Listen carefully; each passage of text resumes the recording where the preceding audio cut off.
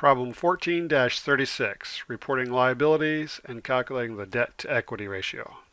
So the accounting records of Pack Leaders Wireless include the following as of the end of December. So here's our data table with some accounts randomly placed in there.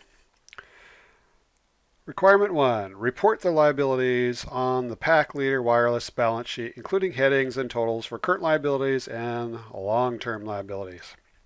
So notice we're working on the balance sheet, and this is just a partial view of the balance sheet. So they've already done the asset section already.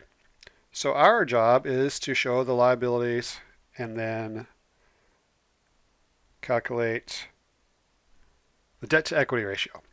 So as you probably remember, hopefully you remember, liabilities on the balance sheet are split into current liabilities and the long-term liabilities. Current liabilities are liabilities that you expect to pay within, or you have to pay within the next 12 months. So let's start here and work our way down. Accounts payable, those are due usually within the next 30 days. So that is definitely a current liability. I'm going to double click, copy and paste so I don't mistakenly mistype something. Mortgages payable, that's the long-term portion of those mortgages. Interest payable, that's going to be payable in the next 12 months, so that is a current liability. See, you got bonds payable, that's long-term. Stockholders' equity, that's not a liability. Salaries payable, your employees will expect to be paid within the next year, so that is a current liability. And let's see, we've got unearned, bonds payable current portion.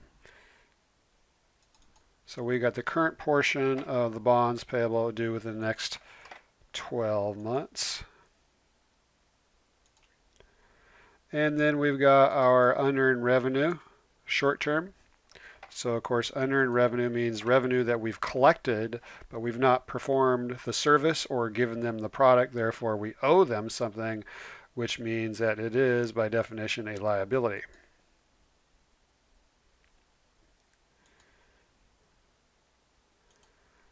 So this label here is total current liabilities, and when you add, so we're going to add these up, and you should get 130,200. So now we're into the long-term liability section, and I've already placed the label there. So let's start here at the top of our data table, work our way down. The first long-term liability we get is mortgages payable, 73,000. Copy and paste. Mortgages payable.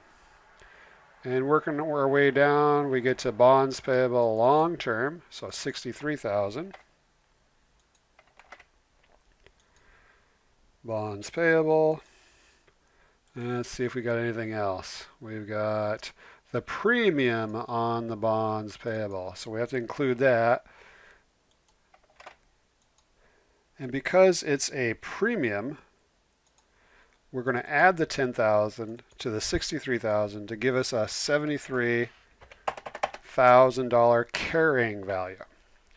So I don't know why the authors made this number and this number the same. Sometimes students see that and assume they have to be the same, but they do not.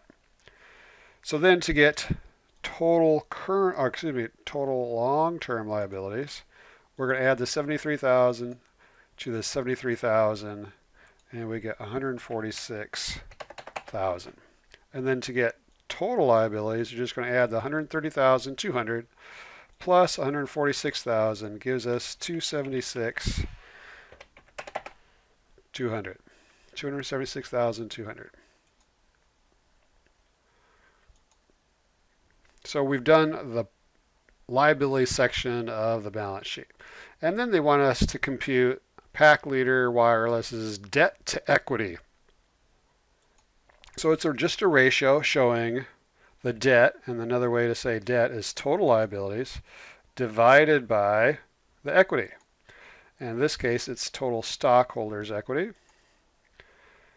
And so the total liabilities we get from here, I'm just going to copy the 276,200, plop it there, and then we're divide that by total stockholders' equity, 140,000, copy that, paste it there. And then it says round the debt to equity ratio to 2 decimal places. Gives you an example, x.xx. So let me open up my calculator.